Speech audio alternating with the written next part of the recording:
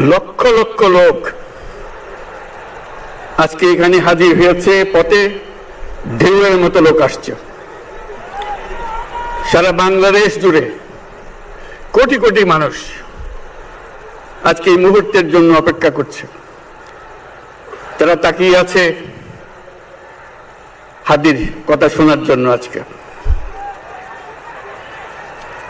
বিদেশে যারা আছে বাংলাদেশি, এই মুহূর্তে তারাও হাদির কথা জানতে চায়। প্রিয় ওসমান হাদি,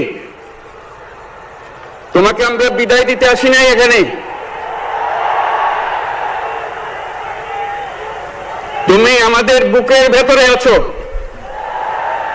এবং চিরদিন বাংলাদেশ যতদিন আছে তুমি সকল বাংলাদেশির বুকের মধ্যে থাকবে। এটা কেউ সরাতে পারবে না। আমরা আজকে তোমাকে প্রিয় হাদি বিদায় দিতে আসিনি। আমরা তোমার কাছে আমরা ওয়াদা করতে এসেছি। তুমি যা বলে গেছো সেটা যেন আমরা পূরণ করতে পারি, সেই ওয়াদা করার জন্য আমরা একত্র হয়েছি। সেই ওয়াদা শুধু আমরা নয়, পুরুষানুক্রমে বাংলাদেশের সব মানুষ পূরণ করবে। সেই ওয়াদা করার জন্যই আমরা তোমার কাছে আজকে এসেছি, সবাই মিলে যে যেখানে আছি।